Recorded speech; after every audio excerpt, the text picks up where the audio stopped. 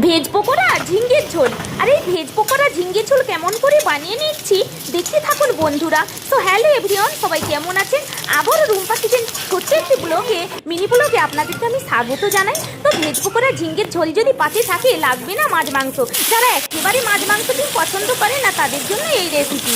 তো এই ভেজ পকোড়া ঝিঙ্গের ঝোল বানানোর জন্য একটা আলু আমি গ্রেট করে নিলাম, একটা পেঁয়াজ গ্রেট করে নিলাম, একটা গাজর কুচি দিয়ে দিলাম, বেশ গ্রেট করে ভালো করে একটু ধনেপাতা কুচি দিয়ে এবার 6 চামচের মতো বেসন, 1 চামচ কর্নফ্লাওয়ার দিয়ে একটু কাঁচা লঙ্কা কুচি দিয়ে পরিমাণ মতো নুন, পরিমাণ মতো হলুদ গুঁড়ো দিয়ে বেশ মেখে রেখে ভাজা করে নিলাম।